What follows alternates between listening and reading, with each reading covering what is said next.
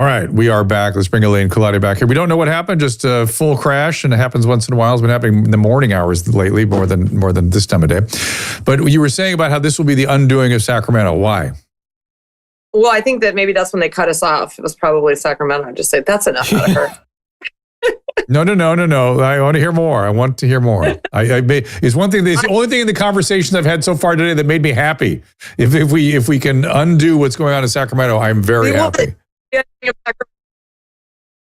Well, listen, two things that you've had on today. Number one is the neo-feudalism model is really interesting. I've been studying it for a long time, and I think he's right on, spot on. Number two, the climate has really changed, and the under 40 voter is looking for aggressive change. I mean, some of these kids that work for me, they've been in their classroom as seniors have been told that if they're white, they're racist. I mean, you just can't expect people to not fight back. They're going to fight back. And what we're doing with the fires is so crazily a land grab. You can see it in real time. People think it's a conspiracy. It's not a conspiracy. They're rezoning the property so that the property has a higher value to developers who are doing multifamily. And then the people that want to build single family residential there, they're slowing the permit process so far that they can't rebuild single family. So they sell, and then they sell it to a developer, and then it's multifamily. So it's like, it's not a mystery. It's an actual land grab. It's insane. And in order to get SB 9, and in order to be able to have multifamily, so in order to get the developers to buy it, you have to have a transit district. You can't do it without one. So they had a behind closed door thing to get it, and now they're going to put it there, and now that's all going to be, apartment buildings. And there's no infrastructure. There's no road. There's no parking. I mean, there's nothing.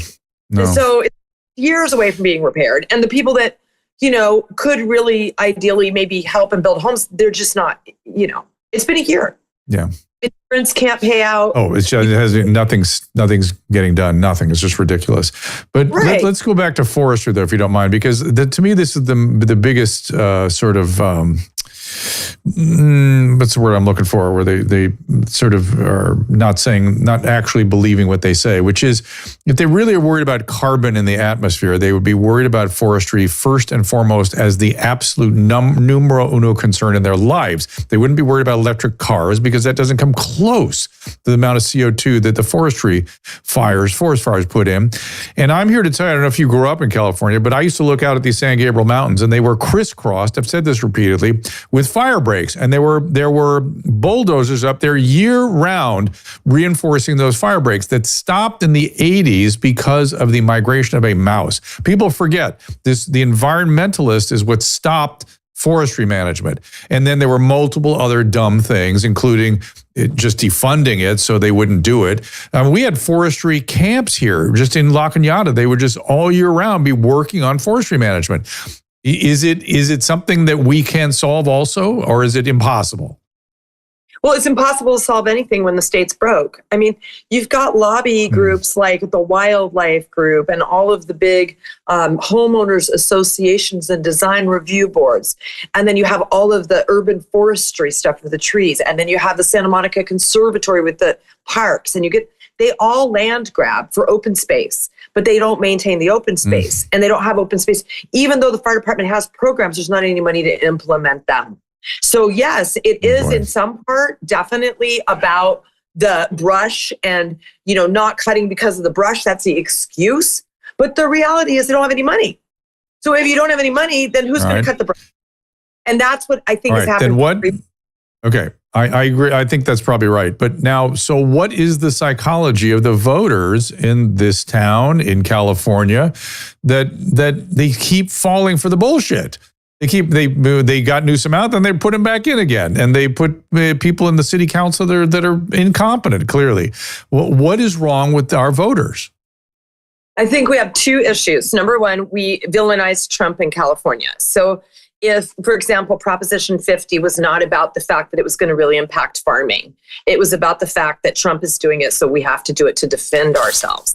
It's a fear-mongering and also a gaslighting that Donald Trump somehow has something to do with what happened in Texas, even though it was their time to do it. I understand how easy it is to spin it, but that has long-term damaging effects, because what you're doing is you're really reigniting the Trump phobia and the Trump derangement syndrome, when in reality, California is bankrupt completely on its own without Trump. That's not a hard concept for people to understand. Just without any influence from Trump, California is in the red 420. Don't we have, no, we freeze again? Okay. Don't we have something in the California Constitution where we are required to balance our budget? How are they getting around that? Again, what's happened in Sacramento, this fire thing is going to be the undoing of them. What's happened in Sacramento is they've just stopped doing anything they're supposed to do. I mean, think about the fact that Prop 50 was funded with the money for Prop 36. So you have 69, 70% of the population for Prop 36, which was the crime bill. They never funded it.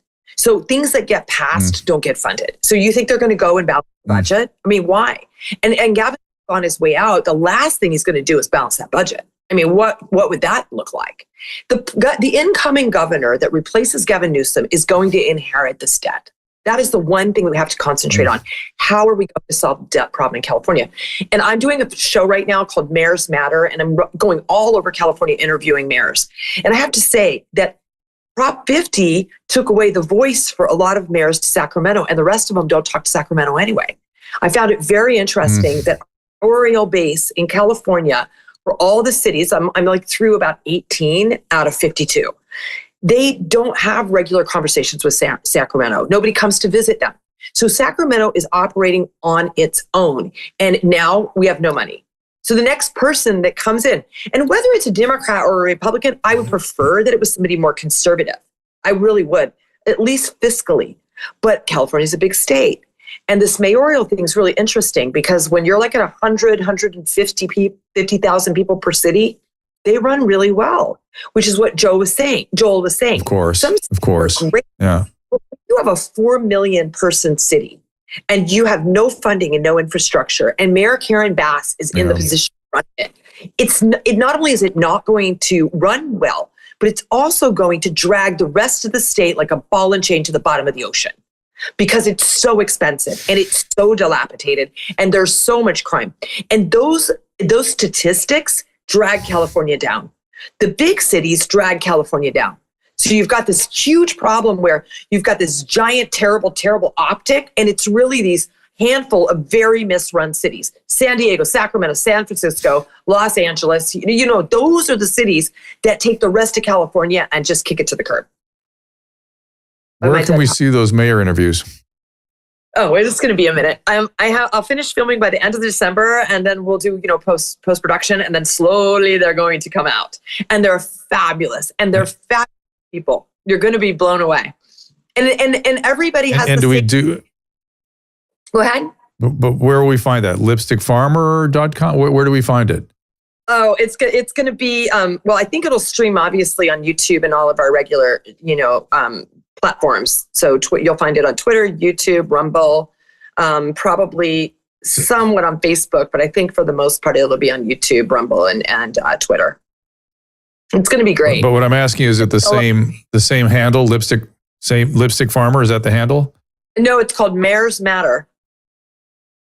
Mayors Matter. Okay, Mayors Matter. Fantastic. Yeah, okay, Elaine, I could talk to you all day about this. I know you've talked to Adam Carolla, I think, about it. And of course, he's like apoplectic about all this. And both he and I constantly complain about it. It's just heartbreaking what's going on. And I appreciate that you're doing something about it. And I appreciate you joining us here today. Thank you for having me on. You bet. Elaine Culotti, everyone, go follow her, Lipstick Farmer, and look for the Mayors Matter on YouTube. We now have to get a quick report from our friend Emilie Knows Everything. Emilie Hagen has been at the Capitol, and she's been meeting with Thomas Massie and has an interview with him that I think she'll tell us where to watch as well. Emilie, are you there? I'm here. All right. Beautiful. What do you got to report? Can you see me? I don't see you yet, but we'll get there. Just you can go ahead and start, I assume. Caleb will figure it out. There we are. Can you see me? Yes, unless you're in if you're in an unlit area, I'm very close to the looking camera. at something. I have it on, Caleb. I don't know what's going on. Well, you can just maybe talk. put Do Emily's it a phone picture up call. and we just get, I can see. Let's hear it. Can you hear me? Oh, here we go. We hear you loud and clear. The hearing is, there you are. Nice. Good to see you. All right. So give us your report. I actually left my good tripod at the Capitol today, but I have this little one I'm going to use. That's all right. Okay. Thank you. All right. You look lovely. What is going on? What have you learned? Emily knows everything. What do you want to know? Well, have you uncovered anything about the Epstein files that is not being reported elsewhere or that surprised you?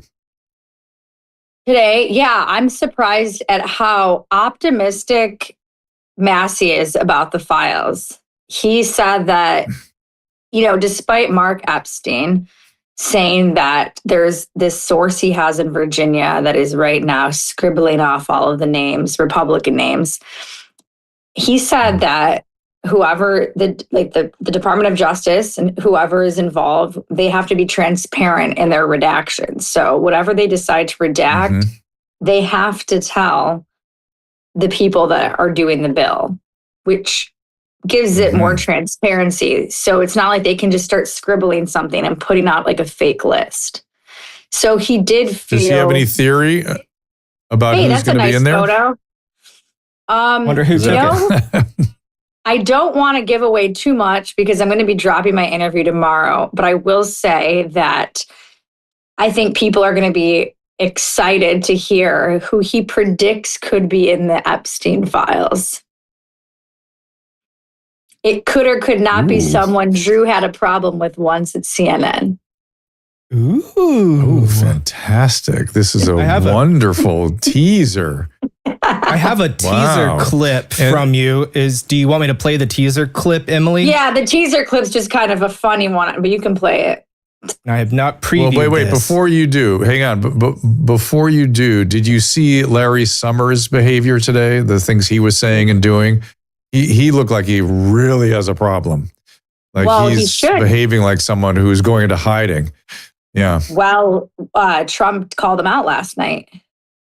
Washington Post called him out 7 days ago. Stepping down from all his positions. With this, there's everything except teaching, and I'm sure he's going to get dismissed from that as well. And he there's quotes of him saying that I'm your wingman, Mr. Epstein, I got you covered. People don't understand you, but I'm your wingman. I thought, oh boy, wingman is, you could not use a worse term for Epstein's behavior. But take a look. Just look it up. Look around when your stuff comes out tomorrow. You can post about that. That means if that's true and he's stepping down already, that means there might be a true reckoning coming.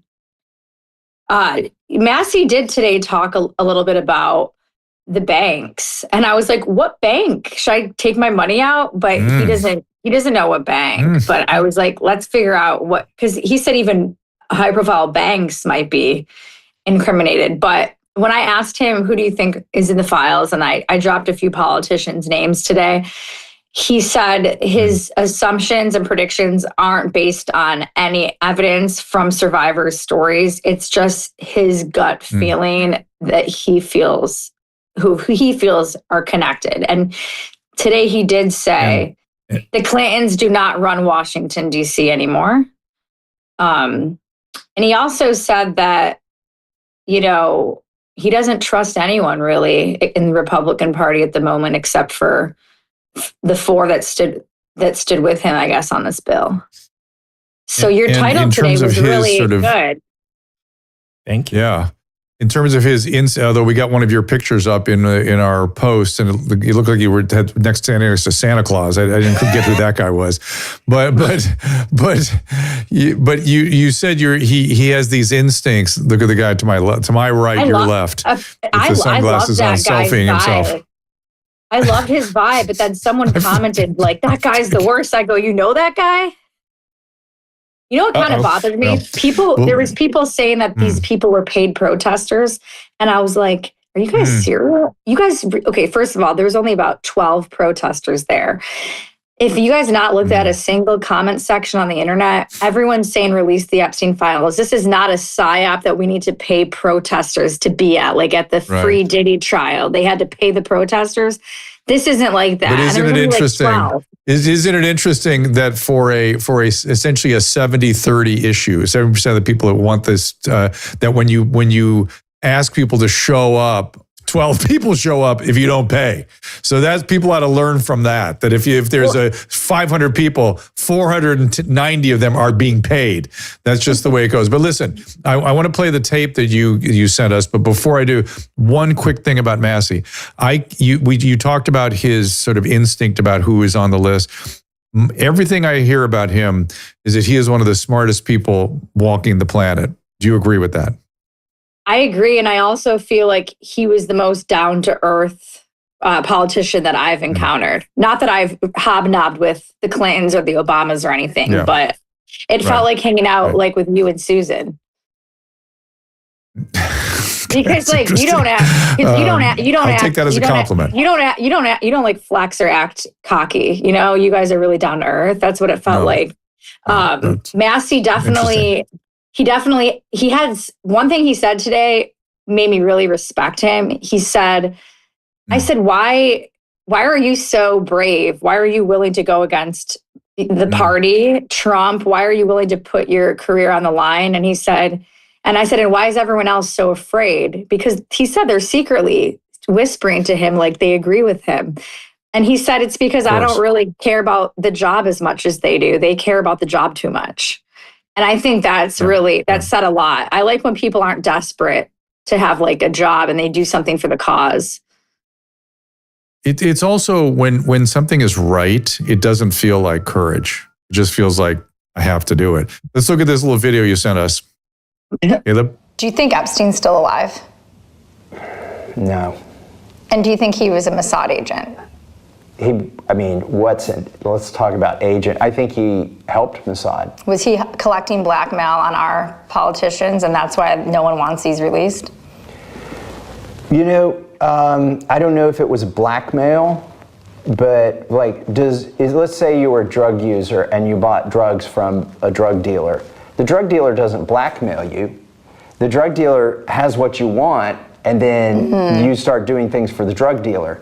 I think Epstein was a sex trafficker, and so he supplied the women. Yeah, I'm not sure that he was blackmailing his clients, but he was definitely getting favors from them by finding them women and offering women to them. So I'm not sure. And then obviously once you've done enough of that, there is a lot of blackmail material. You don't think there's like hidden tapes anywhere buried in the ground in a bunker somewhere?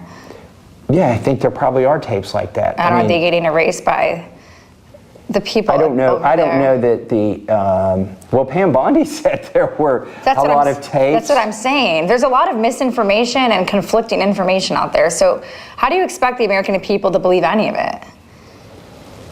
I believe about 1% of it myself. That's about all. That is an incredible little piece of tape. You better push that out quick because I'm telling you that there's a ton in there that is Yeah, there's I felt like that was my worst clip. Four things. I thank you for sharing that with us. Thank you for sharing us the worst clip. But there are at least four things he said in there to me that sound headline worthy. They do. Oh, yeah? And so because he said it with such clarity and confidence.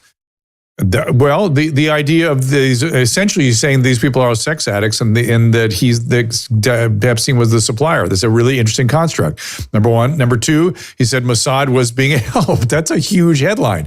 Number three, he said there are tapes. We just, we don't know where they are. Number four, he said that what was the other thing he said? There's something about the other members 1%. Of Congress. But anyway, no, that wasn't the headline to me. It was more that there are people, that it wasn't blackmail, wasn't necessarily blackmail, even though there are tapes. I mean, he was just crystal clear about all this. And to me, that makes perfect sense.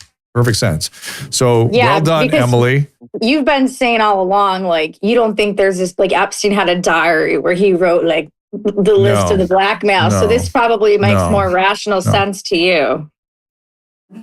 his It explanation. does. And Epstein was he was a mathematician. He was a manipulative asshole. Ghislaine was a manipulator. We opened our show today, with a report from a woman who had been groomed by Ghislaine, and you hear how she did her thing. What was her name? Caleb, help me. Anuska. We opened this Anuska DiGiorgio, and she tells the whole story, and it all makes sense in terms of the human behavior, both in terms of being a supplier of the girls and being a manipulator of the girls. It all sort of fits with how humans work. You don't need other things. You don't have to have blackmail. You don't have to have all these other kind of espionage, like, sort of 007 kinds of overlay to make sense of all this, or even conspiratorial overlay. It all is just how people work. And these people were bad and doing bad things. And they trapped a lot of people who were really sick, and in many different ways. We're going to hear about how sick they are as this goes along.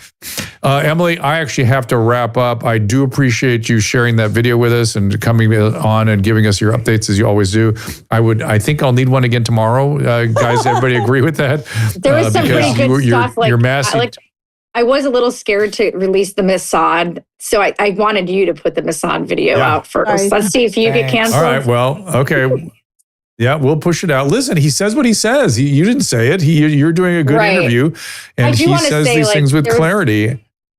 There was like the most Israel flags I've ever seen today. I mean, it's not like I go to the White House or the Capitol or often, but I did ask Massey if why so, and he said there has been a push now where it's almost on every other congressman or senator's door. I stand with Israel.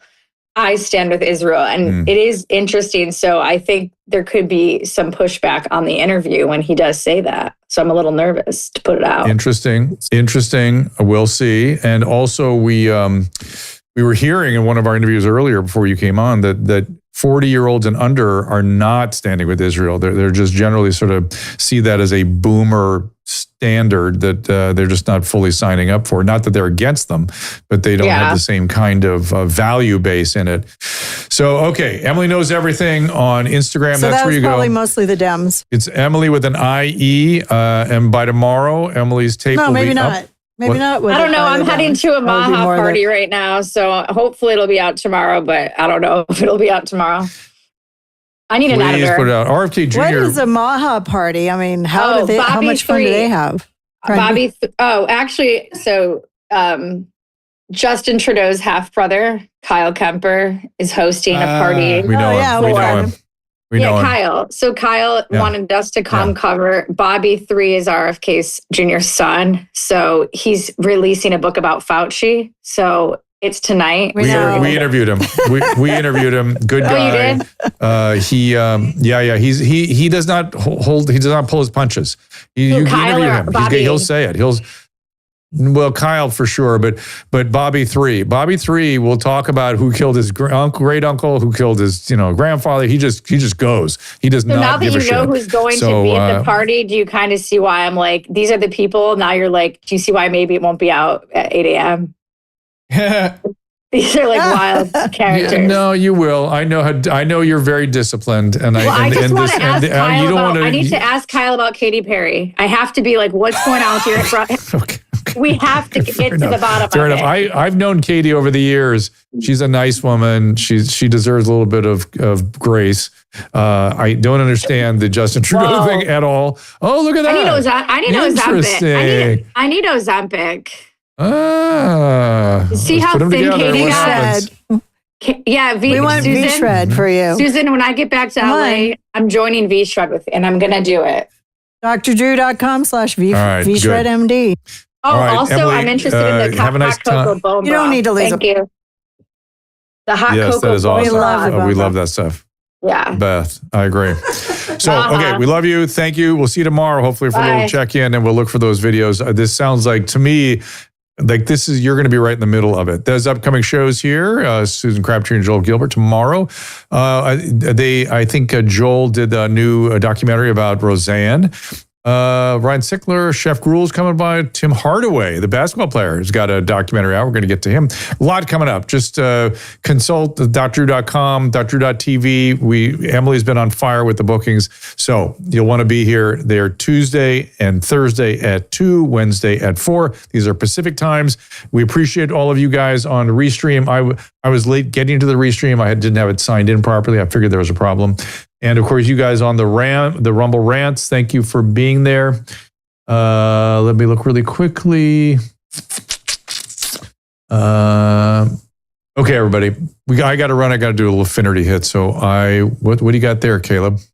Oh, this is the results of a poll that I posted earlier about to regain MAGA's trust. Trump should do this first, and it's just the list. Should he do unredacted Epstein files? Total mRNA ban, apologize to MTG and Massey, or nothing because he got it right. Strangely, 45.5% went for the total mRNA ban as opposed to the unredacted Epstein files or anything else. So interesting. There are some crazy things he could do that would regain the trust, even though a total mRNA ban is a terrible idea. Right. Yeah. They've already banned it for respiratory viruses. That's where the problem was. If you have cancer and you're going to die, an mRNA vaccine may prolong your life 6 months without harming you too much. That's far less problematic than the poisons we give right now. So trust me, just be careful with what you wish for. Yeah. All right, we got to run. How about mRNA mandates? Put that up next time. Yeah. Well, no vaccine mandates. How about that? I think that will be an interesting position for him to take. All right, we got to run. See you guys tomorrow at 2 o'clock Pacific. Ta-ta. Ask Dr. Drew is produced by Caleb Nation and Susan Pinsky. Emily Barsh is our content producer. As a reminder, the discussions here are not a substitute for medical care, diagnosis, or treatment. This show is intended for educational and informational purposes only. I am a licensed physician, but I am not a replacement for your personal doctor, and I am not practicing medicine here. Always remember that our understanding of medicine and science is constantly evolving. Though my opinion is based on the information that is available to me today, some of the contents of this show could be outdated in the future. Be sure to check with trusted resources in case any of the information has been updated since this was published. If you or someone you know is in immediate danger, don't call me, call 911. If you're feeling hopeless or suicidal, call the National Suicide Prevention Lifeline at 800-273-8255. You can find more of my recommended organizations and helpful resources at drdrew.com/help.